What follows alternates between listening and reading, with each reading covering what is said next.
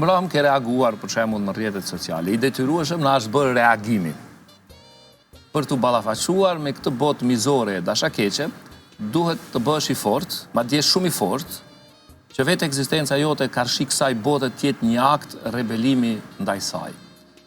Ku busulla e moralit është ka ta ndisur në mos më keq, ku shoqëria për shembull merr veprimet e atyre me gjepa të thellë, ku viktima cilësohet si agresor dhe profetet e rrem janë bërë yje dhe qytetërimit tonë. Në çdo civilizim, këto janë shenja dalluese të fillimit të rënimit dhe degradimit. Ky është një status i yti. Ku që thua profet të rrem, këndi quan dhe si po ndikojnë këta në jetën tonë?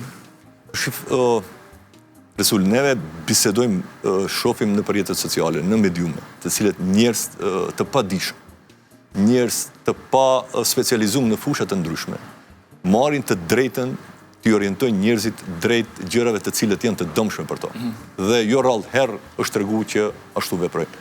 Dhe kur kam pas fjalën profetet e rrejshëm, kam pas fjalët nga ata të cilët pretendojnë që dinë çdo gjë, nga këto që të shpjegojnë dhe tentojnë që të bindin botën që të jetojnë vetëm në mënyrën e atyre të pasurve, dhe të gjithë dritat, kamerat, reflektorët të jenë të orientuar nga të pasurit, dhe popullata e rëndomt, qytetari thjesht pra të jetë çdo herë në periferi të ngjarjeve, dhe të interesit edhe të politikës, por edhe të asaj të mirës së përgjithshme që duhet ta shijojmë.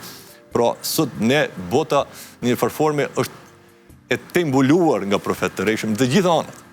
Nuk po flasim vetëm për politikën, nuk po flasim vetëm për ekonominë, por flasim edhe për çështje kontekstit fetar, pra shohim është shumë e dhimbshme se si mes shqiptarëve kohëve të fundit kanë lindë debate të panevojshme, krejt kota, mes klerikëve, të cilët duan të shpjegojnë diçka e cila ka kohë që shoqëria shqiptare e ka mbyll temën e diskursit fetar brenda kombit, tash nuk di ku i shërbejnë këto. Dhe këto janë ata profetët e rrejshëm sipas meje, të cilët tentojnë që të gjejnë atë bazën e duartrokitjes për veten e tyre. Faleminderit shumë.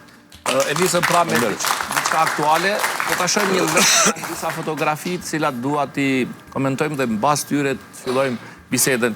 E para ajo atje, rinia jote. Po. Angazhimi yt i drejtë për drejtë. Po. Aty jam ushtari i UÇK-s në luftën e Maqedonisë që kemi bërë.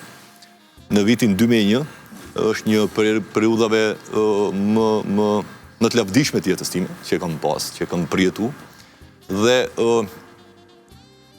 pas një segregimi, do kisha thënë, pas prishjes së Jugosllavisë, Maqedonia u projektu si një shtet etnik, vetëm për që kushtetuta e asaj kohë